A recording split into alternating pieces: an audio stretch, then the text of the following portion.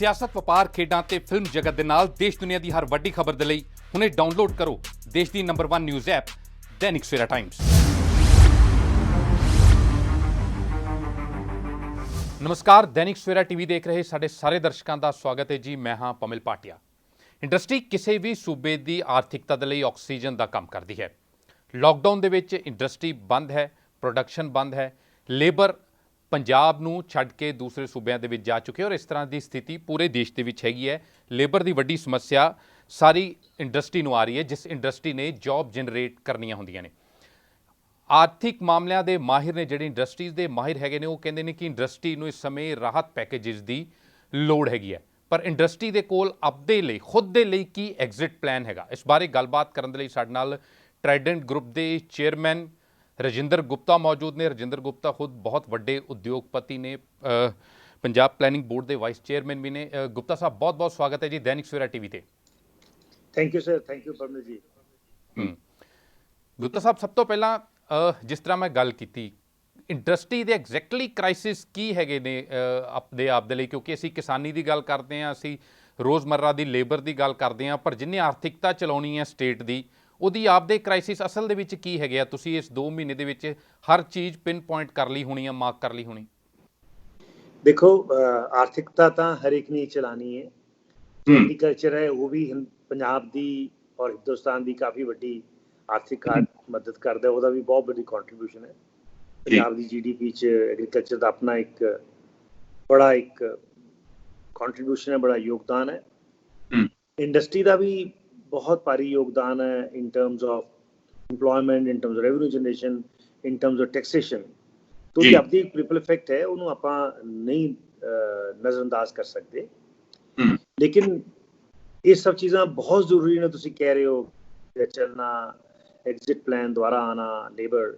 ਲੇਕਿਨ ਮੈਂ ਸਮਝਾਂਗਾ ਕਿ ਜਿੱਦਾਂ ਸਾਰੇ ਕਹਿ ਰਹੇ, ਸਭ ਤੋਂ ਪਹਿਲਾਂ ਆਪਣੇ ਲਈ, ਸਭ ਲਈ ਸਰੀਰਕ ਤੰਦਰੁਸਤੀ ਬਹੁਤ ਜ਼ਰੂਰੀ ਹੈ ਜੀ। ਫਿਰ ਆਰਥਿਕ ਤੰਦਰੁਸਤੀ ਬਹੁਤ ਜ਼ਰੂਰੀ ਹੈ, ਫਿਰ ਸੋਸ਼ਲ ਤੰਦਰੁਸਤੀ ਬੜੀ ਜ਼ਰੂਰੀ ਹੈ। ਤਾਂ ਜੋ ਵੀ ਫੈਕਟਰੀਆਂ ਚੱਲ ਰਹੀਆਂ ਨੇ ਜਾਂ ਚਲਾਉਣ ਦੀ ਕੋਸ਼ਿਸ਼ ਕਰ ਰਹੀਆਂ ਨੇ, ਤਾਂ ਉਹ ਸਾਰੀ ਹੀ ਕੋਸ਼ਿਸ਼ਾਂ ਕਰ ਰਹੀਆਂ ਨੇ ਕਿਸ ਤਰੀਕੇ ਨਾਲ ਫੈਕਟਰੀਆਂ ਵੀ ਚੱਲਣ, ਉਹ ਸੇਫਟੀ ਵੀ ਰਹੀ ਜਾਵੇ ਔਰ ਉਹ ਸੇਫ ਇਨਵਾਇਰਨਮੈਂਟ ਹੋਵੇ, ਤਾਂ ਕਿ ਉਹ ਅਗਰ ਗ੍ਰੀਨ ਜ਼ੋਨ ਚੱਲ ਰਹੀਆਂ ਨੇ ਤਾਂ ਦੁਬਾਰਾ ਔਰੇਂਜ ਜਾਂ ਰੈੱਡ ਜਾਣ ਦੀ ਕੋਸ਼ਿਸ਼ ਨਾ ਕਰਨ। ਜੋ ਤੁਹਾਡਾ ਇੱਕ ਬੜਾ ਮੁੱਦਾ ਹੈ, ਬੜਾ ਭਾਰੀ ਤੁਸੀਂ ਜਿਹੜਾ ਸਵਾਲ ਉਠਾਇਆ ਹੈ ਲੇਬਰ ਦਾ, ਮੈਂ ਲੇਬਰ ਤਾਂ ਨਹੀਂ ਕਹਾਂਗਾ, ਮੈਂ ਕਹਾਂਗਾ ਜਿਹੜੇ ਕਿਰਤਕਾਰ ਨੇ, ਜਿਹੜੇ ਕਿਰਤ ਕਰਕੇ ਖਾਂਦੇ ਨੇ, ਕਿਰਤ ਕਰਦੇ ਨੇ, ਉਹਨਾਂ ਦੀ ਕਮੀ ਜ਼ਰੂਰ ਰਹੇਗੀ। ਉਹ ਬੜਾ ਸੁਭਾਵਿਕ ਹੈ। ਇਮੋਸ਼ਨਲ ਨੀਡਸ ਨੇ ਉਹਨਾਂ ਦੀਆਂ, ਆਪਣੇ ਘਰ ਜਾਣ ਦੀਆਂ, ਆਪਣੇ, ਕਿਉਂਕਿ ਆਪਣੇ ਪੰਜਾਬ 'ਚ ਕਾਫੀ ਪ੍ਰਵਾਸੀ ਕਿਰਤ ਕਰ ਰਹੇ ਨੇ। ਉਹ ਇੱਕ ਚੈਲੰਜ ਜ਼ਰੂਰ ਰਹੇਗਾ। ਉਸ ਨੂੰ ਇੰਡਸਟਰੀ ਬਹੁਤ ਅਲੱਗ-ਅਲੱਗ ਤਰੀਕਿਆਂ ਨਾਲ ਜੀਣਾ ਚਾਹੁੰਦੀ ਹੈ, ਅਲੱਗ-ਅਲੱਗ। ਅਗਰ ਆਪਾਂ ਇਸ ਵੇਲੇ ਕਣਕ ਦੀ ਆਮਦ ਦੀ ਵੀ ਗੱਲ ਕਰੀਏ ਤਾਂ ਮੈਂ ਸਮਝਦਾ ਪੰਜਾਬ 'ਚ ਆਮਦ ਆਉਣ 'ਚ ਕੋਈ ਇੰਨੀ ਮੁਸ਼ਕਿਲਾਂ ਨਹੀਂ ਆਈਆਂ। ਇੰਡਸਟਰੀ ਨੂੰ ਮੁਸ਼ਕਿਲਾਂ ਜ਼ਰੂਰ ਆਉਣਗੀਆਂ ਜਿਹੜੀਆਂ ਕਲਸਟਰ 'ਚ ਨੇ, ਜਿਹੜੀਆਂ ਖਾਸ ਕਰਕੇ ਮੈਟਰੋਸ ਨੇ, ਉਹਨਾਂ ਨੂੰ ਚੈਲੰਜ ਕੁਝ ਜ਼ਿਆਦਾ ਆਏਗਾ ਵਿਸ ਇੰਡਸਟਰੀ ਜਿਹੜੀ ਉਸ ਮੈਟਰੋਸ ਤੋਂ ਜਾਂ ਉਸ ਬੜੇ ਸ਼ਹਿਰਾਂ ਤੋਂ ਹਟ ਕੇ ਹੈ। ਸਰ, ਜਿਹੜੀ ਹੌਜ਼ਰੀ ਇੰਡਸਟਰੀ ਆ ਜਾਂ ਟੈਕਸਟਾਈਲ ਇੰਡਸਟਰੀ ਹੈਗੀ ਹੈ, ਜਿਨ੍ਹਾਂ ਦੇ ਐਕਸਪੋਰਟ, ਜਿਨ੍ਹਾਂ ਦੇ ਬਹੁਤ ਵੱਡੇ ਆਰਡਰਸ ਹੁੰਦੇ ਨੇ ਵਿਦੇਸ਼ਾਂ ਦੇ ਵਿੱਚ ਐਕਸਪੋਰਟ ਹੋਣ ਦੇ, ਉਹ ਸਾਰਾ ਕੁਝ ਰੁਕ ਗਿਆ। ਉਹਨੂੰ ਲੈ ਕੇ ਚੈਲੰਜਸ ਕਿਸ ਤਰ੍ਹਾਂ ਦੇ ਹੈਗੇ ਨੇ? ਕਿਆ ਸਟੋਰੇਜ ਦੇ ਹੈਗੇ ਨੇ, ਲੇਬਰ ਦੇ ਹੈਗੇ ਨੇ? ਜਿਹੜੀ ਐਕਸਪੋਰਟ ਰੁਕੀ ਹੈ, ਉਹਦਾ ਕਿੰਨਾ ਕੁ ਇਫੈਕਟ ਹੈਗਾ? ਮਤਲਬ ਅਗਰ ਇਨ ਫੈਕਟਸ ਤੁਸੀਂ ਦੱਸ ਸਕੋ ਤਾਂ ਥੋੜ੍ਹਾ ਜਿਹਾ। ਦੇਖੋ, ਇਹ ਸਾਰੀ ਚੀਜ਼ ਜਿਹੜੀ ਇਸ ਵੇਲੇ ਇੰਪੈਕਟ ਦੱਸਣਾ ਤਾਂ ਅਲੱਗ-ਅਲੱਗ ਉਹਦੇ ਨੰਬਰਸ ਨੇ, ਉਹਦੀਆਂ ਅਲੱਗ-ਅਲੱਗ ਵਿਸ਼ਾ ਨੇ, ਅਲੱਗ-ਅਲੱਗ ਲੋਕਾਂ ਦੀ ਦ੍ਰਿਸ਼ਟੀ ਹੈ। ਮੈਂ ਉਹ 'ਚ ਪੈ ਵੀ ਸਕਦਾ, ਉਹ 'ਚ ਨਹੀਂ ਵੀ ਪੈ ਸਕਦਾ। ਇਸ ਵੇਲੇ ਜਿਹੜੀ ਗਲੋਬਲ ਮਾਰਕੀਟ ਹੈ, ਚਾਹੇ ਉਹ USA ਦੀ ਹੈ, ਆਪਾਂ ਜਾਣਦੇ ਹਾਂ ਕਿ ਸਾਰੇ ਸਟੋਰਸ ਨੇ, USA ਦੀ ਜਿਹੜੀ ਇਕੋਨਮੀ ਹੈ, ਜਿਹੜੀ ਉੱਥੋਂ ਦੀ ਚੀਜ਼ ਹੈ, ਉਹ 'ਚ ਵੀ ਇੱਕ ਡਿਮਾਂਡ ਸਪਲਾਈ 'ਚ ਅਗਲੇ, ਮੈਂ ਨਹੀਂ ਸਮਝਦਾ ਕਿ 3 ਮਹੀਨੇ ਜਾਂ 6 ਮਹੀਨੇ ਜਾਂ 9 ਮਹੀਨੇ ਵੀ ਲੱਗ ਸਕਦੇ ਨੇ। ਯੂਰਪ ਜਿੱਦਾਂ ਆਪਾਂ ਜਾਣਦੇ ਹਾਂ, ਯੂਰਪ UK ਵੀ ਜਾਣਦੇ ਹਾਂ, ਉੱਥੇ ਵੀ ਡਿਮਾਂਡ ਦੀ ਇੱਕ ਆਪਣੇ ਆਪ 'ਚ ਖਪਤ ਦੀ ਇੱਕ ਚੈਲੰਜ ਰਹੇਗਾ ਔਰ ਉਹਨੂੰ ਵੀ ਸ਼ਾਇਦ 3 ਜਾਂ 6 ਮਹੀਨੇ ਲੱਗ ਜਾਣ। तो रही डिमांड दी, डिमांड वाले पास जो एक्सपोर्ट की गल करते हो जी, तो एक्सपोर्ट की डिमांड ते चैलेंज रहेगा। और शायद लोग कह रहे ने ई-कॉम या डिजिटल मार्केटिंग या डिजिटल सेल्स वो एक अलग तरीके ਨਾਲ उभर के आएगी। क्योंकि ट्रैवलिंग भी नहीं रहेगी, मुलाकात रहेगी। तो बेसिकली इसलिए digital platform e marketing e com will take a larger share in the market. उस चीज़ ਨੂੰ ਹਿੰਦੁਸਤਾਨ ਦੀ ਇੰਡਸਟਰੀ ਮੀਡੀਅਮ ਜਾਂ ਸਮਾਲ ਸਕੇਲ ਇੰਡਸਟਰੀ ਆਪਣੇ ਆਪ ਨੂੰ ਕਿੱਦਾਂ ਉਸ ਲੈਵਲ ਤੇ ਲੈ ਕੇ ਆਉਂਦੀ, ਉਸ ਪਲੇਟਫਾਰਮ ਤੇ ਲੈ ਕੇ ਆਉਂਦੀ ਹੈ, ਉਹ ਇੱਕ ਚੈਲੰਜ ਹੈ। ਔਰ ਕਾਫੀ ਇੰਡਸਟਰੀਆਂ ਮੈਂ ਸਮਝਦਾ ਹਾਂ ਕਿ ਉਸ ਪਲੇਟਫਾਰਮ ਤੇ ਹੈ। ਕਈ ਮੁਲਕ ਜਿਸ ਤਰ੍ਹਾਂ ਬੰਗਲਾਦੇਸ਼ ਹੈ ਜਾਂ ਪਾਕਿਸਤਾਨ ਹੈ ਜਾਂ ਸ਼੍ਰੀਲੰਕਾ ਹੈ, ਜਿਹੜੇ ਗਾਰਮੈਂਟਿੰਗ ਜਾਂ ਟੈਕਸਟਾਈਲ ਐਕਸਪੋਰਟ ਸੀਗੇ, ਉਹਨਾਂ ਦੀ GDP ਦਾ ਕਾਫੀ ਵੱਡਾ ਸ਼ੇਅਰ ਸੀਗਾ ਉਹਨਾਂ ਦੀ ਇਕੋਨਮੀ 'ਚ ਐਜ਼ ਕੰਪੇਅਰ ਟੂ ਇੰਡੀਆ। ਉਹਨਾਂ ਦੀ ਲੇਬਰ ਇੰਪਲੋਇਮੈਂਟ ਦਾ ਬਹੁਤ ਵੱਡਾ ਸ਼ੇਅਰ ਵੀ ਸੀਗਾ ਅਤੇ ਉਹਨਾਂ ਕੋਲ ਮਾਈਗ੍ਰੈਂਟ ਲੇਬਰ ਵੀ ਨਹੀਂ ਸੀ। ਮੈਂ ਸਮਝਦਾ ਜਿਸ ਤਰੀਕੇ ਨਾਲ ਬੰਗਲਾਦੇਸ਼ ਨੇ ਆਪਣੀਆਂ ਫੈਕਟਰੀਆਂ ਚਲਾਈਆਂ ਨੇ ਜਾਂ ਪਾਕਿਸਤਾਨ ਨੇ ਵੀ ਓਡਾ ਵੱਡਾ ਲਾਕਡਾਊਨ ਨਹੀਂ ਕੀਤਾ, ਉਹ ਦੇ ਵਿਲ ਬੀ ਬਿਕਮ। ਔਰ ਚਾਈਨਾ 'ਚ ਵੀ ਜਿਹੜੀ ਇੰਡਸਟਰੀਆਂ ਆਏ ਨੇ, ਚਾਹੇ ਆਪਾਂ ਜੋ ਮਰਜ਼ੀ ਕਹਿ ਲਈਏ ਕਿ ਅੱਜ ਇੱਕ ਸਮੂਹਿਕ ਸੋਚ ਜਾਂ ਸਮੂਹਿਕ ਇੱਕ ਗੁੱਸਾ ਜਾਂ ਇੱਕ ਕਿਸਮ ਦਾ ਖਿਆਲ ਲੋਕਾਂ ਦੇ ਮਨ 'ਚ ਹੋਏਗਾ, ਲੇਕਿਨ ਜਿੱਥੋਂ ਤੱਕ ਆਰਥਿਕ ਚੀਜ਼ਾਂ ਨੇ, ਇਹ 4 ਕੰਟਰੀਜ਼ ਸ਼ਾਇਦ ਹਿੰਦੁਸਤਾਨ ਨੂੰ ਥੋੜ੍ਹੀ ਜਿਹੀ ਚੈਲੰਜ ਦੇਣਗੇ। ਤਾਂ ਹਿੰਦੁਸਤਾਨ ਨੂੰ ਔਰ ਪੰਜਾਬ ਨੂੰ ਇਹ ਚੀਜ਼ਾਂ ਕਿਸ ਤਰੀਕੇ ਨਾਲ ਨਜਿੱਠੀਆਂ ਨੇ, ਉਹਦੀ ਬੜੀ ਗਹਿਰੀ ਸੋਚ ਲੈ ਕੇ ਆਉਣੀ ਪੈਣੀ ਹੈ। ਸਰ, ਜਿਵੇਂ ਸੰਸਥਾਵਾਂ ਨੇ, ਜਿਵੇਂ PhD ਚੈਂਬਰ ਆਫ ਕਾਮਰਸ ਹੈ, ਫਿੱਕੀ ਹੈ, ਐਸੋਚੈਮ ਹੈ ਨਾ, ਇਹ ਕਹਿੰਦੇ ਕਿ ਇਹਨਾਂ ਦੀ ਇੱਕ ਓਪੀਨੀਅਨ ਹੈਗਾ, ਰਾਏ ਮੰਗ ਕੀਤੀ ਇਹਨਾਂ ਨੇ ਕਿ 15 ਤੋਂ 20 ਲੱਖ ਕਰੋੜ ਰੁਪਏ ਦੀ ਜਿਹੜੀ ਮਦਦ ਹੋਣੀ ਚਾਹੀਦੀ ਉਹ ਇੰਡਸਟਰੀਅਲ ਰਿਵਾਈਵਲ ਲਈ ਹੈਗੀ ਹੈ। ਤੁਹਾਡਾ ਇਸ 'ਤੇ ਕੀ ਵਿਊ ਹੈਗਾ? ਦੇਖੋ, ਇਹ ਗੱਲ ਸਹੀ ਹੁੰਦੀ ਹੈ ਕਿ ਜਿਸ ਵੇਲੇ ਲੋਕਾਂ ਨੂੰ ਆਸ ਸਰਕਾਰ ਤੇ ਹੁੰਦੀ ਹੈ, ਲੇਕਿਨ ਆਪਾਂ ਨੂੰ ਇਹ ਮੰਨ ਲੈਣਾ ਚਾਹੀਏ ਕਿ ਸਰਕਾਰ, ਲੋਕ ਤੰਤਰ, ਬੈਂਕ, ਉਹ ਸਭ ਇੱਕੋ ਹੀ ਹਿੱਸਾ ਨੇ। ਉਹ ਸਭ ਨੂੰ ਇੱਕ ਦੂਜੇ ਦੀਆਂ ਮਜਬੂਰੀਆਂ ਔਰ ਸਭ ਦੂਜੇ ਨੂੰ ਇੱਕ ਦੂਜੇ ਦੀਆਂ ਤਾਕਤ ਦਾ ਪਤਾ ਹੈ। ਔਰ ਸਰਕਾਰ ਦੇ ਜੋ ਵੀ ਆਪਣੀ ਪ੍ਰਾਇੋਰਟੀਜ਼ ਰਹਿਣਗੀਆਂ, ਉਹਨਾਂ ਦੀ ਰੂਰਲ ਇਕੋਨਮੀ ਪ੍ਰਾਇੋਰਟੀ ਹੈ, ਐਗਰੀਨ ਪ੍ਰਾਇੋਰਟੀ ਹੈ, ਜਿਹੜੇ ਡਿਸਟ੍ਰੈਸ ਲੋਕ ਨੇ ਉਹ ਪ੍ਰਾਇੋਰਟੀ ਹੈ, ਅਲੱਗ ਸਟੇਟਾਂ ਨੇ, ਤਾਂ ਉਸ ਹਿਸਾਬ ਨਾਲ ਜ਼ਰੂਰ ਕੁਝ ਮਦਦ ਕਰਨਗੇ। ਲੇਕਿਨ ਮੈਂ ਇਹਨੂੰ ਸ਼ਾਇਦ ਕਹਿਣਾ ਚਾਹਾਂਗਾ ਇੰਡਸਟਰੀ ਨੂੰ ਕਿ ਸਰਕਾਰ ਜ਼ਰੂਰ ਮਦਦ ਕਰੇਗੀ। ਸਰਕਾਰ ਨੂੰ ਵੀ ਉਨੀ ਹੀ ਲੋੜ ਹੈ, ਰੈਵਨਿਊ ਦੀ ਵੀ ਲੋੜ ਹੈ, ਉਹਨਾਂ ਨੂੰ ਰੁਜ਼ਗਾਰ ਦੀ ਵੀ ਲੋੜ ਹੈ, ਐਕਸਪੋਰਟ ਦੀ ਵੀ ਲੋੜ ਹੈ। ਸਰ, ਤੁਸੀਂ ਐਜ਼ ਏ ਇੰਡਸਟਰੀਲਿਸਟ ਤੁਸੀਂ ਕੀ ਸੋਚਦੇ ਹੋ ਕਿ ਕਿੰਨੀ ਕੁ ਹੋਣੀ ਚਾਹੀਦੀ ਹੈ? ਕਿਉਂਕਿ ਮੈਂ ਤੁਹਾਨੂੰ ਫਿੱਕੀ, ਐਸੋਚੈਮ ਜਾਂ PhD ਚੈਂਬਰ ਆਫ ਕਾਮਰਸ ਦੀ ਗੱਲ ਕਰ ਰਿਹਾ। ਰਾਜਿੰਦਰ ਗੁਪਤਾ ਖੁਦ ਕੀ ਸੋਚਦੇ ਨੇ, ਕਿੰਨੀ ਕੁ ਫਾਈਨੈਂਸ਼ੀਅਲ ਏਡ ਦੀ ਜ਼ਰੂਰਤ ਹੈਗੀ ਹੈ? ਨਹੀਂ, ਦੇਖੋ, ਇਹ ਤਾਂ ਫਾਈਨੈਂਸ਼ੀਅਲ ਤਾਂ ਬੰਦਾ ਕਹਿੰਦਾ ਸਾਰੇ ਹੀ ਕਰਦੇ ਨੇ, ਉਹ ਤਾਂ ਲੇਕਿਨ ਉਹ ਉਸ ਮੰਗਣ 'ਚ ਔਰ ਉਸ ਚੀਜ਼ ਨੂੰ ਸਹੀ ਤਰੀਕੇ ਨਾਲ ਡਿਪੈਂਡੈਂਟ ਹੋਣ। ਮੰਗਣ 'ਚ ਕੋਈ ਦਿੱਕਤ ਨਹੀਂ, ਮੰਗ ਕੁਝ ਵੀ ਕਰ ਸਕਦੇ, ਲੇਕਿਨ ਕਿਤੇ ਨਾ ਕਿਤੇ ਇਹ ਵੀ ਇੰਡਸਟਰੀ ਨੂੰ ਸੋਚਣਾ ਪਏਗਾ ਵੀ ਕਿੰਨੀ ਕੁ ਮੰਗ ਪੂਰੀ ਹੋ ਸਕਦੀ ਹੈ, ਔਰ ਉਸ ਮੰਗ ਜਿੰਨੀ ਪੂਰੀ ਹੁੰਦੀ ਹੈ, ਉਸ ਮੰਗ ਪੂਰੀ ਹੋਣ ਨਾਲ ਆਪਣੇ ਆਪ ਨੂੰ ਕਿੱਦਾਂ ਕਾਬਲੀਅਤ, ਆਪਣੇ ਆਪ ਨੂੰ ਕਿੱਦਾਂ ਖੜਾ ਕਰ ਸਕਦੇ। ਅਗਰ ਮੈਂ ਸਮਝਾਂਗਾ ਕਿ ਪੂਰੀ ਜੋ ਸਰਕਾਰ ਕੋਲ ਮੰਗਾਂਗੇ ਉਹੀ ਮੰਗ ਪੂਰੀ ਹੋਣ ਨਾਲ ਇੰਡਸਟਰੀਆਂ ਖੜੀਆਂ ਹੋਣਗੀਆਂ, ਮੈਂ ਸਮਝਦਾ ਕਿ ਉਹ ਇੱਕ ਸੋਚ ਹੋ ਸਕਦੀ ਹੈ, ਇੱਕ ਮੰਗ ਹੋ ਸਕਦੀ ਹੈ, ਉਹ ਕੋਈ ਰੋਕ ਨਹੀਂ ਸਕਦਾ ਕਿਸੇ ਨੂੰ। ਲੇਕਿਨ ਮੈਂ ਸਮਝਦਾ ਕਿ ਕਿਤੇ ਨਾ ਕਿਤੇ ਪ੍ਰੈਕਟੀਕਲ ਹੋਣਾ ਪੈਣਾ ਕਿ ਸਰਕਾਰ ਸਾਰੀਆਂ ਗੱਲਾਂ ਨਹੀਂ ਮੰਨ ਸਕੇਗੀ ਔਰ ਕੁਝ ਤਰੀਕਾ ਸਾਨੂੰ ਵੀ ਬਦਲਣੇ ਪੈਣੇ। ਤੁਹਾਨੂੰ ਲੱਗਦਾ ਕਿ ਵਾਕਈ ਪ੍ਰੈਕਟੀਕਲ ਮੰਗ ਨਹੀਂ ਹੈਗੀ? ਕਿਉਂਕਿ 15 ਤੋਂ 20 ਲੱਖ ਕਰੋੜ ਦੀ ਤੁਸੀਂ ਮੰਗ ਕਰਦੇ ਹੋ, ਜਿਹੜਾ ਸੈਂਟਰ ਗੌਰਮੈਂਟ ਦਾ ਜਿਹੜਾ GST ਜਾਂ IT ਦਾ ਰੈਵਨਿਊ ਹੈਗਾ ਉਹ 22 ਲੱਖ ਕਰੋੜ ਦੇ ਕਰੀਬ ਹੈਗਾ, ਅਤੇ ਫਿਰ ਉਹ ਮਤਲਬ ਇਹ ਪ੍ਰੈਕਟੀਕਲ ਮੰਗ ਕਾਗਜ਼ਾਂ 'ਚ ਤਾਂ ਨਹੀਂ ਲੱਗਦੀ, ਪਰ ਇਹ ਇੰਡਸਟਰੀਅਲਿਸਟ ਦੇ ਮਾਈਂਡ ਤੋਂ ਵੀ ਪ੍ਰੈਕਟੀਕਲ ਨਹੀਂ ਲੱਗਦੀ। ਜਦ ਤੁਸੀਂ ਬੜੇ ਆਦਮੀ ਕੋਲ ਜਾਂਦੇ ਹੋ, ਮੰਗ ਮੰਗਣਾ ਤਾਂ ਤੁਹਾਡਾ ਹੱਕ ਹੈ, ਲੇਕਿਨ ਕਿਤੇ ਨਾ ਕਿਤੇ ਆਪਾਂ ਸਾਰੇ ਹੀ ਪ੍ਰੈਕਟੀਕਲ ਹੈ ਕਿ ਵੀ ਜੋ ਸਰਕਾਰ ਕੋਲ ਹੈ ਜਾਂ ਜੋ ਕਿਸੇ ਕੋਲ ਵੀ ਸੰਸਾਧਨ ਨੇ, ਉਹਦੀ ਸਹੀ ਵਰਤੋਂ ਤੇ ਸਹੀ। ਹੁਣ ਹੈਲਥ ਆਪਣੇ ਆਪ 'ਚ ਇੱਕ ਚੈਲੰਜ ਹੈ, ਹੈਲਥ 'ਤੇ ਸਰਕਾਰ ਨੇ ਇਨਵੈਸਟਮੈਂਟ ਕਰਨੀ ਹੈ। There are many other challenge. I will not like to go into the government domain, and I leave to their wisdom. They are very wise, they are very mature, they have their own priorities. They have to live on social and economical compulsion and the needs of the nation. So industry is one of them. Industry is not the total, I mean industry is not that sir, Punjab ਦੇ ਸੰਦਰਭ ਦੇ ਵਿੱਚ ਅਸੀਂ ਜੇ ਸਿਰਫ ਪੰਜਾਬ ਦੇ ਸੰਦਰਭ 'ਚ ਗੱਲ ਕਰੀਏ, ਪੰਜਾਬ ਦਾ ਜਿਹੜਾ ਟੈਕਸ ਕਲੈਕਸ਼ਨ ਹੈਗਾ ਉਹ ਕਰੀਬਨ 1.5 ਲੱਖ ਕਰੋੜ ਦੇ ਕਰੀਬ ਹੈਗਾ। ਪੰਜਾਬ ਦੇ ਸੰਦਰਭ ਦੇ ਵਿੱਚ ਤੁਸੀਂ ਕੀ ਸੋਚਦੇ ਹੋ? ਪੰਜਾਬ ਦੀ ਇੰਡਸਟਰੀਅਲ ਰਿਵਾਈਵਲ ਦੇ ਲਈ ਕਿੰਨੀ ਕੁ ਲੋੜ ਹੈਗੀ ਹੈ ਫਾਈਨੈਂਸ਼ੀਅਲ ਮਦਦ ਦੀ? ਪੰਜਾਬ ਦੀ ਇੰਡਸਟਰੀ ਨੂੰ ਸਾਰੇ ਹਿੰਦੁਸਤਾਨ 'ਚ ਹੀ, ਕੋਈ ਇਸ ਵੇਲੇ ਹਿੰਦੁਸਤਾਨ ਕਹਿ ਲਈਏ, ਦੁਨੀਆ ਕਹਿ ਲਈਏ, ਸਭ ਦੇ ਆਪਣੇ ਆਪਣੇ ਆਰਥਿਕ ਜਿਹੜੀਆਂ ਜ਼ਰੂਰਤ ਨੇ, ਆਰਥਿਕ ਜਿਹੜੀਆਂ ਲੋੜ ਨੇ ਜਾਂ ਚੈਲੰਜਸ ਨੇ ਇੱਕੋ ਜੈਸੇ ਨੇ। ਬੜੇ ਮੁਲਕਾਂ 'ਚ ਵੀ ਇੱਕੋ ਜੈਸੇ ਨੇ, ਇਕਨੋਮਿਕਲੀ ਡਿਵੈਲਪਡ ਵੀ ਇੱਕੋ ਜੈਸੇ ਨੇ, ਉਹਨਾਂ ਦੇ ਹਰ ਇੱਕ ਦੇ ਆਪਣੇ ਆਪਣੇ ਚੈਲੰਜਸ ਨੇ। और पंजाब भी ये तो अलग नहीं है, चैलेंजेस हैं।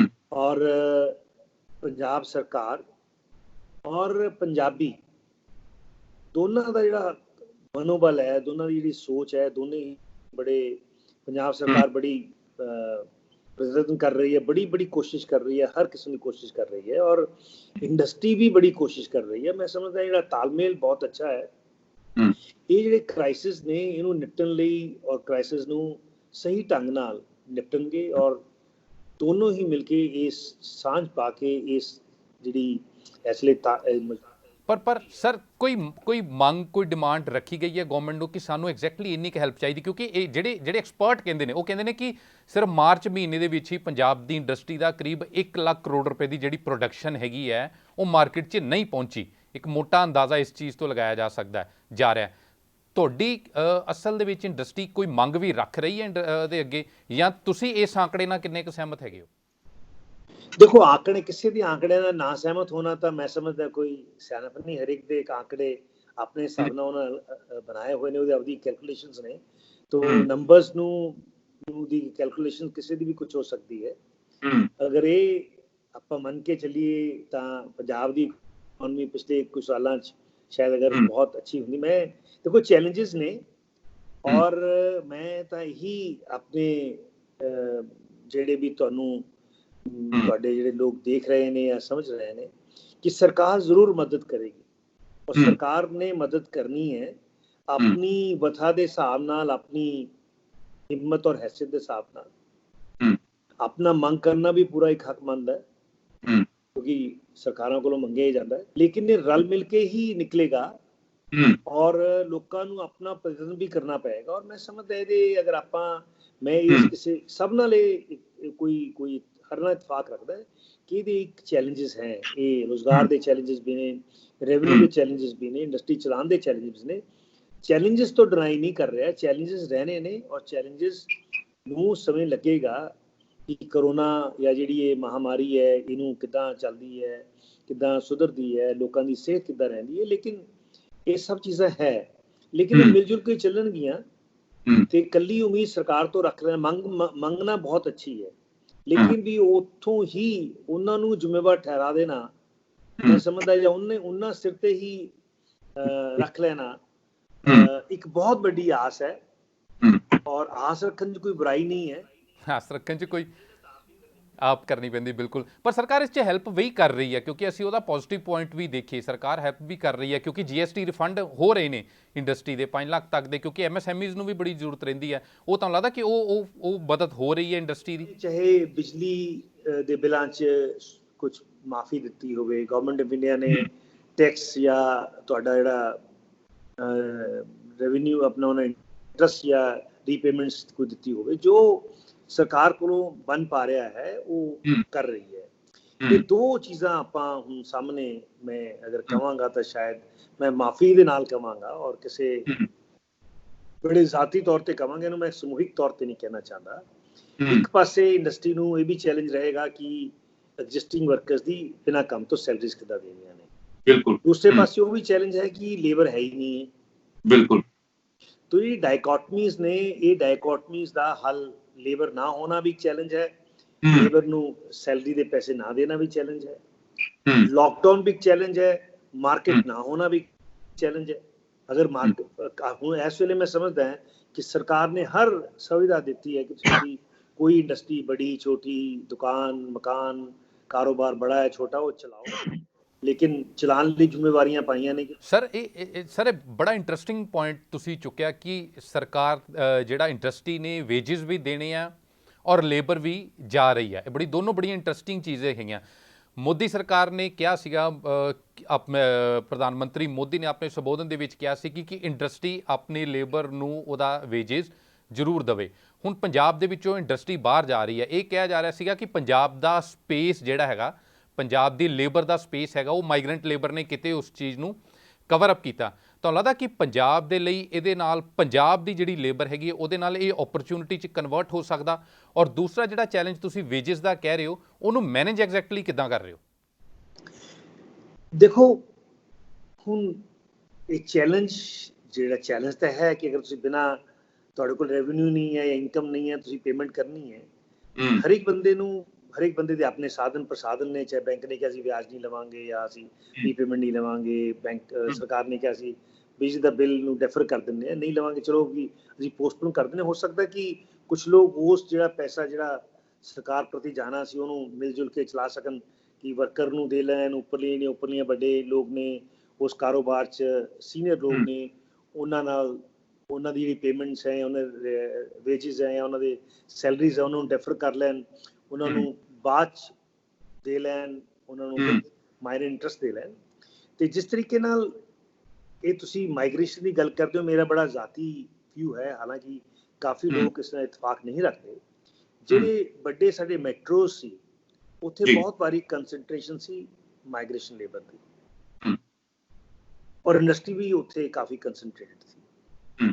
ਸੋ ਇਸ ਵੇਲੇ ਹੋ ਸਕਦਾ ਹੈ ਕਿ ਓਪਰਚੁਨਿਟੀ ਜਿਹੜੀ ਇੰਡਸਟਰੀ ਨੂੰ ਓਪਰਚੁਨਿਟੀਜ਼ ਜਿਹੜੀਆਂ ਮੈਟਰੋਜ਼ ਦੇ ਅੰਦਰ ਜਾਂ ਬਹੁਤ ਕੰਜਸਟਡ ਏਰੀਆ ਸੀ ਉੱਥੋਂ ਨਿਕਲ ਕੇ ਥੋੜ੍ਹੀ ਜਿਹੜੀ ਬਾਹਰ ਇੰਡਸਟਰੀ ਹੈ ਉਹਨੂੰ ਲੋਕਲ ਜਿਹੜਾ ਕੰਮ ਹੈ ਜਾਂ ਕਿਰਤ ਕਰਨ ਵਾਲਾ, ਉਹਦੇ ਨਾਲ ਉਹਨੂੰ ਸਹਿਯੋਗ ਕਰਨਾ ਪਵੇ।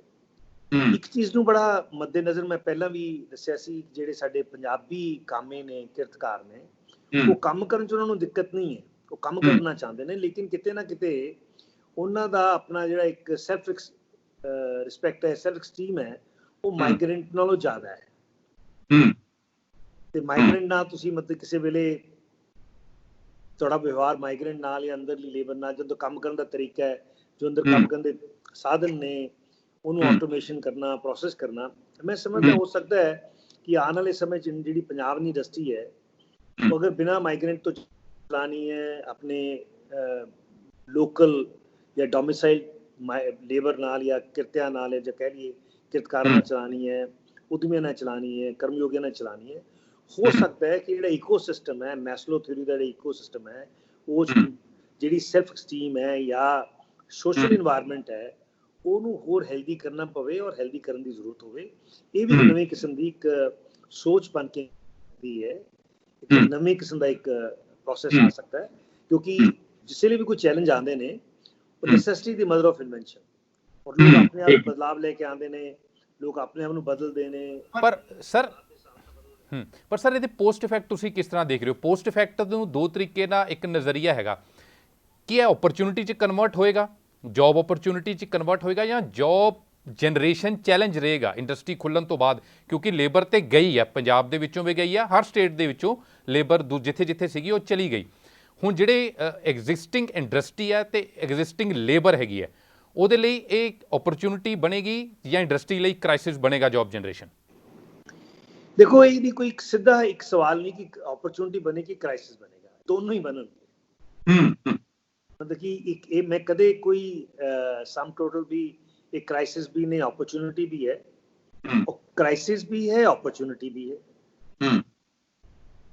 किसी लिए 100% क्राइसिस है, किसी लिए 100% अपॉर्चुनिटी है, किसी लिए 50-50 है। क्राइसिस अपॉर्चुनिटी है, एक इकोनॉमिक्स ये है कि someone's gain, someone's loss।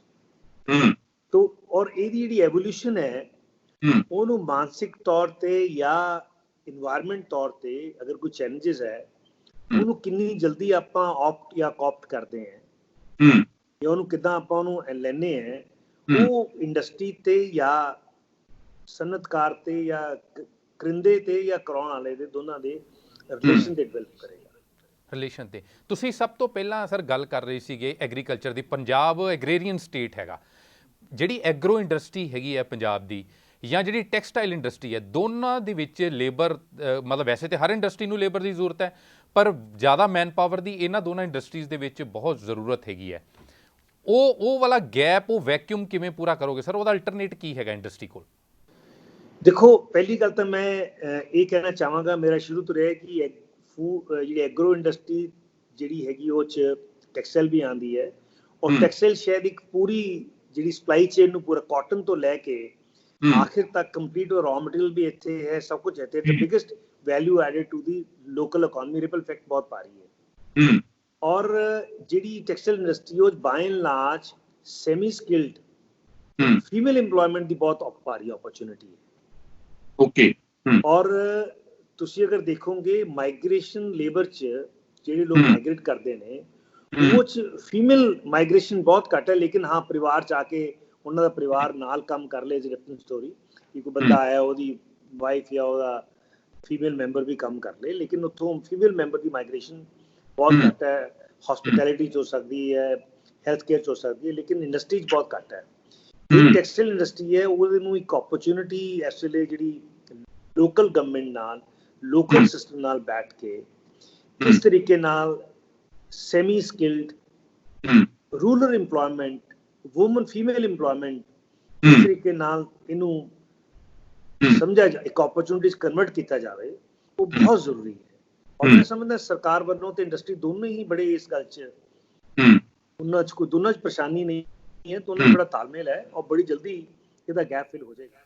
ਇਹ ਮੈਨੂੰ ਲੱਗਦਾ ਵੀ ਬੜੀ ਇੰਟਰਸਟਿੰਗ ਗੱਲ ਕੀਤੀ। ਔਰ ਤੁਹਾਡੇ ਵਰਗੇ ਉਦਯੋਗਪਤੀ ਜਿਨ੍ਹਾਂ ਦੇ ਵੱਲ ਸਰਕਾਰਾਂ ਵੀ ਦੇਖਦੀਆਂ ਨੇ ਕਿ ਇਹ ਜੌਬ ਜਨਰੇਟ ਕਰ ਰਹੀਆਂ ਨੇ, ਸਰਕਾਰਾਂ ਦਾ ਕਾਫੀ ਹੱਦ ਤੱਕ ਬੋਝ ਚੁੱਕਿਆ ਹੋਇਆ, ਮੈਨੂੰ ਲੱਗਦਾ ਕਿ ਇਹ ਤੁਹਾਡੀ ਬੜੀ ਇੰਟਰਸਟਿੰਗ ਚੀਜ਼ ਹੈਗੀ ਹੈ ਕਿ ਜਿਹੜੀ ਲੇਬਰ ਚਲੀ ਗਈ ਉਹਦੀ ਰਿਪਲੇਸਮੈਂਟ ਪੰਜਾਬ ਦੀ ਜਿਹੜੀ ਫੀਮੇਲ ਲੇਬਰ ਹੈਗੀ ਹੈ ਉਹ ਬਣ ਸਕਦੀ ਹੈ। ਮੈਨੂੰ ਲੱਗਦਾ ਕਿ ਚੰਗੀ ਖਬਰ ਵੀ ਹੈਗੀ ਹੈ। ਜਿਹੜੇ ਲੋਕ ਹੁਣ ਰੋਜ਼ਗਾਰ ਦੇ ਲਈ ਸੋਚਦੇ ਹੋਣਗੇ ਕਿ ਲੋਕਡਾਊਨ ਖੁੱਲ੍ਹੇਗਾ ਉਸ ਤੋਂ ਬਾਅਦ ਓਪਰਚੁਨਿਟੀ ਕਿੱਥੇ ਖੜੀ ਹੈ, ਇੰਡਸਟਰੀ ਦੇ ਵਿੱਚ ਇਹ ਸਪੇਸ ਹੈਗਾ ਹਜੇ ਬਹੁਤ ਭਾਰੀ। ਦੇਖੋ ਪਹਿਲੀ ਗੱਲ ਤਾਂ ਕਿ ਅਸੀਂ ਸਰਕਾਰ ਤੇ ਬਹੁਤ ਡਿਪੈਂਡ ਕਰਦੇ ਹਾਂ। ਇਹ ਇਕੱਲਾ ਮੰਨਣਾ ਕਿ ਇੰਡਸਟਰੀ ਤੇ ਸਰਕਾਰ ਡਿਪੈਂਡ ਕਰਦੀ ਹੈ, ਮੈਂ ਇਸ ਚੀਜ਼ ਨਾਲ ਕਦੇ ਵੀ ਨਹੀਂ, ਮੈਂ ਇਸ ਠੀਕ ਹੈ ਇੱਕ ਤਾਲਮੇਲ ਬਹੁਤ ਲਾਜ਼ਮੀ ਹੈ, लेकिन सरकार है, इंडस्ट्री है। मैं दोनों सरकार और सरकार क्यों नहीं चाहेगी कि अगर इंडस्ट्री की अपॉर्चुनिटी है और सरकार च अगर सरकार को लगेगा कि अपॉर्चुनिटी को बहुत अच्छी तरीके एक्सप्लोर किया जा सकता है, वो पूरा एक्सप्लोर करेगी और पूरी इंडस्ट्री को भी शायद अगे आना पएगा। अगर फीमेल इंप्लॉयमेंट ज़्यादा आती है, उन्होंने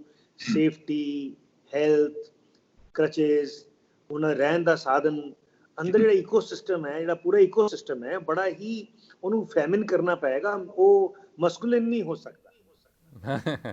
ठीक है, मतलब ਇਹ ਨਵੀਂ ਚੀਜ਼ ਹੈ, ਇੰਟਰਸਟਿੰਗ ਚੀਜ਼ ਹੈਗੀ ਹੈ। ਸਰ ਮੇਰੇ ਆਖਰੀ ਇੱਕ ਦੋ ਸਵਾਲ ਹੈਗੇ ਨੇ। ਜਿਹੜਾ ਇੰਡਸਟਰੀ ਹੈਗੀ, ਉਦਯੋਗ ਹੈਗੇ ਕੋਈ ਵੀ, ਉਹ ਕਹਿੰਦੇ ਨੇ ਬੈਂਕ ਲੋਨਸ ਤੇ ਚੱਲਦੇ ਆ, 12-13% ਇੰਟਰਸਟ ਆਲਮੋਸਟ ਪੈ ਜਾਂਦਾ ਇੰਡਸਟਰੀ ਨੂੰ। ਉਹਦੀ ਸੈਟਲਮੈਂਟ ਨੂੰ ਲੈ ਕੇ ਇੰਡਸਟਰੀ ਹੁਣ ਕੀ ਸੋਚ ਰਹੀ ਹੈਗੀ ਹੈ? ਕਿਉਂਕਿ ਉਹ 12-13% ਇੰਟਰਸਟ ਜਿਹੜਾ ਹੈਗਾ ਉਹ ਮਾਰ ਪੈਣੀ ਹੈ ਇੰਡਸਟਰੀ ਨੂੰ, ਚਾਹੇ ਉਹ ਥੋੜਾ ਪੋਸਟਪੋਨ ਹੋ ਜਾਏ ਪਰ ਉਹ ਪੈਣਾ। ਉਹਦੀ ਭਰਪਾਈ ਦੇ ਬਾਰੇ ਇੰਡਸਟਰੀ ਕੀ ਸੋਚ ਰਹੀ ਹੈ? ਉਹਦਾ ਮੌਜੂਦਾ ਸਮੇਂ ਵਿੱਚ ਲਾਸ ਕਿੰਨਾ ਕੁ ਤੁਸੀਂ ਮੰਨ ਰਹੇ ਹੋ? ਦੇਖੋ ਮੈਂ ਜੇ ਕਹਾਂ ਕਿ 13% ਬੈਂਕ ਦਾ ਵਿਆਜ ਹੈ, ਮੈਂ ਬੈਂਕ ਦਾ ਵਿਆਜ ਤਾਂ ਐਸੇ 9 ਔਰ 10% ਦੇ ਵਿੱਚ ਹੈ। 13 ਤਾਂ ਹੋ ਸਕਦਾ ਹੈ ਕਿ ਜਿਨ੍ਹਾਂ ਦੀ ਬਾਇੰਗ, ਜਿਨ੍ਹਾਂ ਦੀ ਆਪਣੇ ਬੈਲੈਂਸ ਸ਼ੀਟਸ ਕਿਸੇ ਤਰੀਕੇ ਨਾਲ ਵੀ ਸੈੱਟ ਨਹੀਂ ਹੋ ਸਕੀਆਂ, ਲੇਕਿਨ ਬੈਂਕ ਦਾ ਵਿਆਜ 9 ਤੋਂ 10% ਹੈ। ਉਹ ਬਿਲਕੁਲ ਜਿਹੜਾ ਬੈਂਕ ਦੇ ਵਿਆਜ ਨੇ ਉਹ ਇਨਫਲੇਸ਼ਨ ਦੇ ਨਾਲ ਲਿੰਕ ਨੇ, ਇਨਫਲੇਸ਼ਨ ਦੇ ਸਪਰੈਡ ਦੇ ਨਾਲ ਲਿੰਕ ਨੇ। ਅਗਰ ਆਲਰੇਡੀ ਬੈਂਕ ਦੀ ਬੋਰਿੰਗ ਹੈ, ਅਗਰ ਸੈਂਸਿਬਲ ਯੂਸੇਜ ਉਹਦੀ ਰਵੇ ਤਾਂ ਮੈਂ ਸਮਝਦਾ ਕਿ ਉਹਦਾ ਇੱਕ ਪੋਜ਼ਿਟਿਵ ਇੰਪੈਕਟ ਹੈ। ਜਿਹੜੇ ਚੈਲੰਜਸ ਆ ਰਹੇ ਨੇ ਉਹ ਬੈਂਕ ਦੇ ਵਿਆਜ ਤੋਂ ਇਲਾਵਾ ਜਿਹੜੀ ਤੁਹਾਡੀ ਮਾਰਕੀਟ 'ਚ ਆਊਟਸਟੈਂਡਿੰਗ ਹੈ, ਜਿਹੜਾ ਸਾਈਕਲ ਸੀਗਾ ਪੂਰਾ ਮਾਰਕੀਟ ਦਾ, ਤੁਸੀਂ ਲੋਕਾਂ ਨੂੰ ਆਧਾਰ ਦਿੱਤਾ ਸੀ, ਆਧਾਰ ਆਇਆ ਸੀ, ਪੈਸਾ ਗਿਆ ਸੀ, ਉਹ ਜਿਹੜਾ ਸਾਈਕਲ ਹੈ ਉਹ ਸਾਈਕਲ ਰੁਕ ਗਿਆ। ਜਿਹੜਾ ਕੈਸ਼ ਫਲੋ ਦਾ ਕੈਸ਼ ਟੂ ਕੈਸ਼ ਸਾਈਕਲ ਕਹਿੰਦੇ ਆ, ਉਹ ਇੱਕ ਰੁਕ ਗਿਆ। ਦੂਸਰਾ, ਅਗਰ ਤੁਸੀਂ, ਹਾਲਾਂਕਿ ਤੁਸੀਂ ਇਹ ਸਵਾਲ ਨਹੀਂ ਕੀਤਾ ਲੇਕਿਨ ਮੈਂ ਬਿਨਾਂ ਪੁੱਛੇ ਹੀ ਆਪਣਾ ਮਨ ਦੇਣਾ ਚਾਹਾਂਗਾ ਕਿ ਅੱਜ ਦੇ ਹਾਲਾਤ 'ਚ ਜਿਹੜਾ ਚੈਲੰਜ ਹੈ ਉਹ ਇੰਡਸਟਰੀ ਦਾ, ਇਕਨੋਮਿਕਸ ਦਾ, ਸੋਸ਼ਲ ਦਾ, ਹੈਲਥ ਤੋਂ ਵੱਧ ਜਿਹੜਾ ਸਭ ਤੋਂ ਵੱਡਾ ਮਿਲ ਕੇ ਹੈ ਉਹ ਅਨਸਰਟਨਟੀ ਦਾ ਹੈ। ਅਨਸਰਟਨਟੀ ਸਪਲਾਇਰ 'ਚ ਵੀ ਹੈ, ਅਨਸਰਟਨਟੀ ਬਾਇਰ 'ਚ ਵੀ ਹੈ। ਅਨਸਰਟਨਟੀ ਦੇ ਮਾਹੌਲ ਜਿਹੜੇ ਤੁਹਾਡੇ ਇੱਕ ਜ਼ਾਤੀ ਰਿਸ਼ਤੇ ਹੁੰਦੇ ਨੇ, ਜਿਹੜੇ ਤੁਹਾਡਾ ਇੱਕ ਆਪਸ 'ਚ ਇਮੋਸ਼ਨਲ ਕਨੈਕਟ ਹੁੰਦਾ ਹੈ, ਉਹ ਬਹੁਤ ਵੀਕ ਹੋ ਜਾਂਦਾ ਹੈ। ਇਸ ਵੇਲੇ ਪੂਰਾ ਜਿਹੜਾ ਸੋਸ਼ਲ, ਜਿਹੜਾ ਇੱਕ ਤੁਹਾਡਾ ਜਿਹੜਾ ਅਨਸਰਟਨਟੀ, ਜਿਹੜਾ ਤੁਹਾਡਾ ਇਮੋਸ਼ਨਲ ਕਨੈਕਟ ਹੈ, ਤੁਹਾਡੇ ਜਿਨ੍ਹਾਂ ਨਾਲ ਤੁਸੀਂ ਕਾਰੋਬਾਰ ਕਰਦੇ ਸੀ, ਜਿਹਨਾਂ ਨੂੰ ਉਧਾਰ ਦਿੰਦੇ ਸੀ, ਜਿਨ੍ਹਾਂ ਕੋਲ ਪੈਸੇ ਲੈਣੇ ਜਾਂ ਜਿਨ੍ਹਾਂ ਨੇ ਤੁਹਾਨੂੰ ਉਧਾਰ ਦੇਣਾ ਹੈ, ਉਹ ਜਿਹੜਾ ਇਮੋਸ਼ਨਲ ਕਨੈਕਟ ਹੈ ਸੋਸਾਇਟੀ ਦਾ, ਉਹ ਵੀਕ ਹੈ। ਉਸ ਨੂੰ ਕਿੱਦਾਂ ਸਟਰੈਂਥਨ ਕਰਨਾ ਹੈ, ਇਸੇ ਕਰਕੇ ਮੈਂ ਬਾਰ-ਬਾਰ, ਮੈਂ ਵੀ ਉਸ ਟਲ ਸਕਦਾ ਸੀ ਕਿ ਸਰਕਾਰ ਤੋਂ ਪੈਸੇ ਨਹੀਂ ਆ ਰਹੇ, ਮੰਗ ਨਹੀਂ ਮੰਨ ਰਹੇ, ਇੰਡਸਟਰੀ ਬੰਦ ਹੋ ਜਾਏਗੀ, ਮੈਂ ਵੀ ਉਸ ਪੱਥ 'ਤੇ ਚੱਲ ਸਕਦਾ ਸੀ। ਲੇਕਿਨ ਸਾਡੀ ਸਭ ਦੀ ਜ਼ਰੂਰਤ ਇਹ ਹੈ ਕਿ ਜਿਹੜਾ ਇਮੋਸ਼ਨਲ ਡਿਸਕਨੈਕਟ ਹੈ ਜਾਂ ਜਿਹੜਾ ਇਸ ਵੇਲੇ ਇਮੋਸ਼ਨਲ ਮਿਸਟਰਸਟ ਹੈ, ਅਨਸਰਟਨਟੀ ਕਰਕੇ ਮਿਸਟਰਸਟ ਹੈ, ਚਾਹੇ ਦੋ ਸਕੇ ਭਰਾ ਹੀ ਕਿਉਂ ਨਾ ਹੋਣ, ਅਨਸਰਟਨਟੀ ਮਿਸਟਰਸਟ ਬਿਲਡ ਕਰਦੀ ਹੈ। ਉਹਨੂੰ ਟਰਸਟ ਕਿੱਦਾਂ ਬਿਲਡ ਕਰਨਾ ਹੈ, ਉਹਨੂੰ ਪ੍ਰੋਸੈਸ ਕਿੱਦਾਂ ਬਿਲਡ ਕਰਨਾ, ਉਹ ਇੱਕ ਸੁਸਾਇਟੀ 'ਚ ਬਹੁਤ ਜ਼ਰੂਰੀ ਹੈ। ਇੰਨਾ ਸੌਖਾ ਨਹੀਂ ਕਹਿਣਾ, ਮਤਲਬ ਕਿ ਕਹਿਣਾ ਹੋ ਸਕਦਾ ਹੈ ਸੌਖਾ ਹੋਵੇ। ਉਹ ਮੈਂ ਸਮਝਦਾ ਸਭ ਤੋਂ ਵੱਡੀ ਇਸ ਵੇਲੇ ਇੱਕ ਵਜ੍ਹਾ ਬਣੀ ਹੋਈ ਹੈ ਹਰ ਨੁਕਸਾਨ ਤੋਂ, ਹਰ ਵੇਲੇ ਤੋਂ ਉਭਰਨ ਲਈ। ਚਾਹੇ ਆਪਾਂ ਸੋਸ਼ਲ ਡਿਸਟੈਂਸਿੰਗ ਕਹਿ ਲਈਏ, ਉਹਨੂੰ ਇਮੋਸ਼ਨਲ ਡਿਸਟੈਂਸ ਕਹਿ ਲਈਏ। ਇਹ ਸਰ ਇਹ ਬੜੀ ਇੰਟਰਸਟਿੰਗ ਚੀਜ਼ ਤੁਸੀਂ ਇਹ ਦੱਸੀ ਹੈਗੀ ਕਿ ਮਿਸਟਰਸਟ ਨੂੰ ਇਹ ਕਿਵੇਂ ਇਸ ਚੀਜ਼ ਤੋਂ ਬਾਹਰ ਕਿਵੇਂ ਨਿਕਲਿਆ ਜਾਏ। Rajinder Gupta as a way out ਕੀ ਮੰਨਦੇ ਹੈਗੇ ਨੇ ਕਿ ਇਹਦਾ ਰਸਤਾ ਕੀ ਹੈਗਾ? ਤੁਹਾਡੀ ਚਾਹੇ ਨਿੱਜੀ ਰਾਏ ਹੋਵੇ, ਕਿਉਂਕਿ ਤੁਹਾਡਾ ਵੀ ਸਰਕਲ ਤੇ ਉਹੀ ਹੈ, ਤੁਹਾਡੀ ਨਿੱਜੀ ਰਾਏ ਕੀ ਹੈਗੀ ਹੈ? ਕਿ ਇੰਡਸਟਰੀ ਦਾ ਚੱਲਣਾ ਹੀ ਇਹਦਾ ਇੱਕ ਰਸਤਾ, ਇੱਕ ਮਾਤਰ ਰਸਤਾ ਹੈਗਾ, ਜਾਂ ਹੋਰ ਤੁਸੀਂ ਕੀ ਸੋਚਦੇ ਹੋ? ਦੇਖੋ, ਇੰਡਸਟਰੀ ਦਾ ਚੱਲਣਾ ਤਾਂ ਉਹ ਤਾਂ ਸਾਡਾ ਕਿਰਤ ਹੈ, ਮੈਂ ਉਹ ਤੋਂ ਬਾਹਰ ਤਾਂ ਨਹੀਂ ਜਾਵਾਂਗਾ। ਲੇਕਿਨ ਜੋ ਸਾਡੀ ਹਿੰਦੁਸਤਾਨ ਦੀ ਸੰਸਕ੍ਰਿਤਿਕ ਤੇ ਅਧਿਆਤਮਿਕ, ਜੋ ਸਾਡੀ ਅੱਜ ਪੂਰੀ ਕਮਾਈ ਕੀਤੀ ਹੋਈ ਹੈ ਇਸ ਮੁਲਕ ਨੇ ਜਾਂ ਸਾਡੇ ਇਸ ਦੇਸ਼ ਨੇ, ਵੀ ਅਸੀਂ ਅੰਦਰੋਂ ਬਹੁਤ ਸਾਡੀ ਜਿਹੜੀ ਵਿਲ ਪਾਵਰ ਹੈ, ਜਿਹੜੀ ਸਾਡੀ ਪਰਮਾਤਮਾ ਤੇ ਵਿਸ਼ਵਾਸ ਕਰਨ ਵਾਲੇ ਹੈ, ਕਿਤੇ ਨਾ ਕਿਤੇ ਅੱਜ ਜਿਹੜਾ ਸਾਡਾ ਇੱਕ ਬਿਲੀਫ ਸਿਸਟਮ ਹੈ, ਵੈਲਿਊ ਸਿਸਟਮ ਹੈ, ਤੁਸੀਂ ਪੁਸ਼ਤਾਂ ਤੋਂ, ਆਪਣੇ ਧਰਮ ਤੋਂ, ਆਪਣੇ ਕਰਮ ਤੋਂ, ਆਪਣੇ ਪੀਰਾਂ ਤੋਂ, ਆਪਣੇ ਗੁਰੂਆਂ ਤੋਂ ਸਿੱਖਿਆ। ਅੱਜ ਸ਼ਾਇਦ ਉਸ ਵਿਸ਼ਵਾਸ ਕਰਨਾ ਬਹੁਤ ਜ਼ਰੂਰੀ ਹੈ ਕਿ ਨਹੀਂ, ਕਾਇਨਾਤ 'ਚ ਇੱਕ ਦੂਜੇ ਨਾਲ ਖੜਾ ਹੋਣਾ, ਕਾਇਨਾਤ ਇਸ ਹੱਥ ਪਕੜਨਾ, ਮਿਸਟਰਸਟ ਦੀ ਕੋਈ ਸੀਮਾ ਨਹੀਂ ਹੈ, ਕਿੰਨੀ ਮਰਜ਼ੀ ਕਰ ਲਓ, ਇੱਕ ਦੂਜੇ ਤੇ ਵਿਸ਼ਵਾਸ ਕਰਨਾ ਔਰ ਉਸ ਵਿਸ਼ਵਾਸ ਨੂੰ ਕਾਇਮ ਰੱਖਣਾ ਔਰ ਛੋਟੀਆਂ-ਛੋਟੀਆਂ ਗੱਲਾਂ ਤੇ ਨਾ ਡੋਲਣਾ, ਮੈਂ ਸਮਝਦਾ ਹਾਂ ਉਹ ਇਸ ਲਈ ਬਹੁਤ ਜ਼ਰੂਰੀ ਹੈ। ਔਰ ਪੰਜਾਬੀ ਉਸ ਦੀ ਮਿਸਾਲ ਹੈ। ਚਾਹੇ ਪਾਰਟੀਸ਼ਨਸ ਹੋਈਆਂ, ਚਾਹੇ ਉਸ ਤੋਂ ਬਾਅਦ ਟੈਰਰਿਜ਼ਮ ਰਿਹਾ, ਤੇ ਪੰਜਾਬ ਦੀ ਔਰ ਪੰਜਾਬ 'ਚ ਭਾਈਚਾਰੇ ਦੀ ਔਰ ਪੰਜਾਬ ਦੀ ਪੰਜਾਬੀ ਦੀ ਜਿਹੜੀ ਗੱਲ ਹੈ ਉਹ ਬੜੀ ਅਲੱਗ ਹੈ। ਉਹ ਪੰਜਾਬ ਮੈਂ ਸਮਝਦਾ ਕ੍ਰਾਈਸਿਸ 'ਚੋਂ ਬਾਕੀਆਂ ਸਭ ਸਟੇਟਾਂ ਨਾਲੋਂ ਬਹੁਤ ਅੱਗੇ ਔਰ ਅੱਛੇ ਤਰੀਕੇ ਨਾਲ ਉੱਭਰ ਕੇ ਆਏਗਾ। ਤੁਹਾਨੂੰ ਲੱਗਦਾ ਜਿਹੜੀ ਇੰਡੀਅਨ ਸੰਸਕ੍ਰਿਤੀ ਹੈਗੀ ਉਹ ਇਸ 'ਚ ਜਿਹੜਾ ਸਾਡੇ ਸੰਸਕ੍ਰਿਤੀ ਤੇ ਸੱਭਿਆਚਾਰ ਹੈਗਾ ਉਹ ਇਸ ਚੀਜ਼ 'ਚੋਂ ਸਾਨੂੰ ਸਾਈਕੋਲੋਜੀਕਲੀ ਵੀ ਹੈਲਪ ਕਰੇਗਾ? ਹਾਂਜੀ। ਆਖਰੀ ਸਵਾਲ ਹੈਗਾ ਸਰ, ਤੁਸੀਂ ਇਸ ਸਾਰੇ ਦੌਰ ਦੇ ਵਿੱਚ ਜਦੋਂ ਲੋਕਡਾਊਨ ਹੈਗਾ, ਲੋਕਾਂ ਨੂੰ ਉਮੀਦ ਹੈਗੀ ਹੈ ਕਿ ਜਿਹੜੇ ਮਦਦ ਵਾਲੇ ਵੱਡੇ ਹੱਥ ਹੈਗੇ ਉਹ ਵੀ ਆਉਣ ਸਾਹਮਣੇ। ਸਾਨੂੰ ਵੀ ਇਹ ਜਾਣਕਾਰੀ ਮਿਲੀ ਸੀਗੀ ਕਿ ਤੁਸੀਂ PPE ਕਿਟਸ ਵੀ ਬਣਾ ਰਹੇ ਹੋ ਹੈਗੇ ਹੋ, ਇਸ ਦੇ ਵਿੱਚ ਵੀ ਬੜੀ ਸੇਵਾ ਕਰ ਰਹੇ ਹੋ। ਉਹਦੇ ਬਾਰੇ ਕੁਝ ਦੱਸੋ ਸਰ, ਕੀ ਕਰ ਰਹੇ ਹੋ? ਮੈਂ ਇਹ ਕੋਈ ਐਸੀ ਗੱਲ ਨਹੀਂ ਜਿਸ 'ਚ ਆਦੀ ਘੜੀ 'ਚ ਜੋ ਵੀ ਕੋਈ ਕਿਸੇ ਦਾ ਸਹਿਯੋਗ ਕਰ ਸਕਦਾ ਹੈ, ਕਿਸੇ ਨਾਲ ਵੀ ਕਰ ਸਕਦਾ ਹੈ। ਔਰ ਅਗਰ ਪ੍ਰਮਾਤਮਾ ਨੇ ਕਿਸੇ ਨੂੰ ਬਖਸ਼ਿਸ਼ ਬਖਸ਼ੀ ਹੋਈ ਹੈ, ਪ੍ਰਮਾਤਮਾ ਕਿਸੇ ਨਾ ਕਿਸੇ ਦੀ ਬਖਸ਼ਿਸ਼ ਬਖਸ਼ੀ ਹੋਈ ਹੈ, ਉਹਨੇ ਬਖਸ਼ਿਸ਼ ਇਸ ਕਰਕੇ ਬਖਸ਼ੀ ਹੈ ਕਿ ਤੁਸੀਂ ਆਪਣੇ ਭਾਈਚਾਰੇ 'ਚ ਖੜੇ ਹੋ ਸਕੋ ਔਰ ਇੱਕ ਦੂਜੇ ਦੇ ਕੰਮ ਆ ਸਕੋ। ਇਹ ਕੋਈ ਮੈਂ ਇਸ ਕੋਈ ਜ਼ਿਆਦਾ ਇਹ ਕੋਈ ਕੁਛ ਨਹੀਂ ਕਹਿਣਾ ਚਾਹਾਂਗਾ। ਜੋ ਵੀ ਹੈ, ਸਾਨੂੰ ਵੀ ਲੋਕੀ ਸਾਡੀ ਵੀ ਬਹੁਤ ਮਦਦ ਕਰਦੇ ਨੇ। ਹਾਂ, ਨਹੀਂ, ਪਰ ਇਹ ਬੜੀ ਇੰਪੋਰਟੈਂਟ ਚੀਜ਼ ਹੈਗੀ, ਕਿਉਂਕਿ ਪੰਜਾਬ ਦੇ ਵਿੱਚ ਜਾਂ ਦੇਸ਼ ਦੇ ਵਿੱਚ ਰੌਲਾ ਹੀ PPE ਕਿਟਸ ਦਾ ਹੈਗਾ ਕਿ ਸਾਡੇ ਕੋਲ ਹੈਗੀਆਂ ਨਹੀਂ। ਜੇ ਤੁਹਾਡੇ ਵੱਲ ਦੇਖ ਕੇ ਕੁਝ ਹੋਰ ਲੋਕ ਵੀ ਅੱਗੇ ਆਉਂਦੇ ਆ ਤੇ ਮੈਨੂੰ ਲੱਗਦਾ ਹੈ ਬਹੁਤ ਜ਼ਿਆਦਾ ਫਾਇਦਾ ਕਰੇਗਾ। ਈਵਨ ਸਰਕਾਰਾਂ ਦਾ ਫਾਇਦਾ ਹੋਏਗਾ। ਸਰਕਾਰਾਂ ਫਸੀਆਂ ਇਸੇ ਗੱਲ 'ਚ ਹੋਈਆਂ ਕਿ ਲੋਕਾਂ ਨੂੰ PPE ਕਿਟਸ ਪਹੁੰਚਾ ਨਹੀਂ ਸਕਦੀ। ਮੈਂ ਸਿਰਫ ਇਹ ਪੁੱਛਣਾ ਚਾਹੁੰਦਾ ਕਿ ਤੁਸੀਂ ਕਿੰਨੀਆਂ ਕੁ ਬਣਵਾ ਰਹੇ ਹੋ PPE ਕਿਟਸ? ਤੁਸੀਂ ਸਰਕਾਰ ਦੇ ਥਰੂ ਵੰਡੋਗੇ ਜਾਂ ਖੁਦ ਲੋਕਾਂ ਤੱਕ ਪਹੁੰਚਾਓਗੇ, ਕਰੋਗੇ ਕੀ? ਪਲਾਨ ਕੀ ਹੈਗਾ ਰਜਿੰਦਰ ਗੁਪਤਾ ਦਾ? देखो, PPE किट्स बना रहे हैं, इसको दो राय नहीं। और जिथे कोई जरूरत है, चाहे किसी भी इदारे ਨੂੰ ਜ਼ਰੂਰਤ ਹੈ, ਤਾਂ ਜੋ ਵੀ ਜਿੰਨੀ ਸਾਡੇ ਸਮਰੱਥਾ ਹੈ ਉਹ ਮੈਂ ਸਮਝਦਾ ਕਰ ਰਹੇ ਹਾਂ। ਲੇਕਿਨ ਉਹ 'ਚ ਕੋਈ ਉਹਨੂੰ ਡਿਸਕਸ ਕਰਨਾ ਜਾਂ ਉਹਦੇ ਬਾਰੇ ਕੋਈ ਸ਼੍ਰੇ ਲੈਣਾ, ਮੈਂ ਨਹੀਂ ਸਮਝਦਾ ਉਹਨੂੰ ਡਿਸਕਸ ਕਰਨਾ ਵੀ ਕੋਈ ਜ਼ਰੂਰੀ ਹੈ, ਕਿਉਂਕਿ ਹਰੇਕ ਬੰਦੇ ਨੂੰ ਪ੍ਰਮਾਤਮਾ ਨੇ ਕਿਸੇ ਨਾ ਕਿਸੇ ਤਰ੍ਹਾਂ ਦੀ ਬਖਸ਼ਿਸ਼ ਬਖਸ਼ੀ ਹੈ।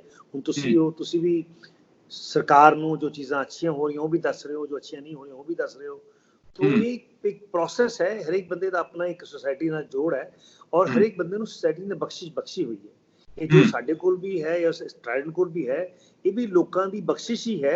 ਸਭ ਦੀ ਮਿਹਨਤ, ਸਭ ਦਾ ਇਕੱਠਾ ਹੀ ਹੈ। ਨਹੀਂ, ਮੇਰਾ ਸਵਾਲ ਸਰ ਇਸ ਲਈ ਸੀਗਾ ਕਿਉਂਕਿ ਲੋਕਾਂ ਨੂੰ ਇੰਤਜ਼ਾਰ ਹੈਗਾ। ਤੁਸੀਂ ਚਾਹੇ 2 ਸ਼ਬਦਾਂ 'ਚ ਦੱਸ ਸਕਦੇ ਹੋ ਕਿ ਕਦੋਂ ਤੱਕ ਪਹੁੰਚਾ ਸਕਦੇ ਹੋ ਲੋਕਾਂ ਤੱਕ ਜਾਂ ਪਹੁੰਚ ਜਾਣਗੀਆਂ? ਐਸੇ ਲਈ ਜਿਹੜੀ ਪੂਰੀ ਟ੍ਰਾਇਲ ਦੀ ਕੈਪੈਸਿਟੀ ਹੈ ਉਹ 5000 6000 PPE ਕਿਟ ਬਣਾਉਣ ਦੀ ਹੈ और बना रही है। और किट्स ਨੂੰ ਜਿੱਥੇ ਵੀ ਕੋਈ ਜਿਹਨੂੰ ਕਿਸੇ ਤਰੀਕੇ ਨਾਲ ਜ਼ਰੂਰਤ ਹੈ ਉੱਥੇ ਕਿੱਟਾਂ ਜਾ ਰਹੀਆਂ ਨੇ। ਲੇਕਿਨ ਅਸੀਂ ਉੱਥੇ ਕਿੱਟਾਂ ਜਾ ਰਹੀਆਂ। ਲੇਕਿਨ ਜਿਹੜੀ ਮਾਸਕ ਹੈ ਸਾਡਾ N95 ਮਾਸਕ ਨਹੀਂ ਹੈ। ਅਸੀਂ ਜਿਹੜੇ ਸਾਧਾਰਨ ਮਾਸਕ ਨੇ, ਕੱਪੜੇ ਵਰਗੇ ਮਾਸਕ ਨੇ, ਜਿਹਨੂੰ ਆਪਾਂ ਕਹਿੰਦੇ ਮੂੰਹ ਢੱਕਣ ਵਾਲੇ ਮਾਸਕ ਨੇ, ਉਹ ਜੋ ਵੀ ਜਿੱਦਾਂ ਹੁਣ ਲੋਕੀ ਮੰਡੀਆਂ ਜਾ ਰਹੇ ਸੀ, ਲੋਕੀ ਕੰਮ ਕਰ ਰਹੇ ਸੀ, ਕਰਿੰਦੇ ਸੀ, ਜਾਂ ਉਹਨਾਂ ਨੂੰ ਦੇ ਲੈਣਾ ਉਹ ਇੱਕ ਸਮਾਜਿਕ ਜ਼ਰੂਰਤ ਹੈ। ਉਹਨੂੰ ਕੋਈ ਡਿਸਕਸ ਕਰ ਲੈਣਾ ਜਾਂ ਉਹਦੇ ਬਾਰੇ ਕੋਈ ਬੜੀ ਗੱਲ ਕਰਨਾ, ਮੈਂ ਸਮਝਦਾ ਹੈ ਉਹ ਏਡੀ ਵੱਡੀ ਗੱਲ ਨਹੀਂ ਹੈ। ਠੀਕ ਹੈ।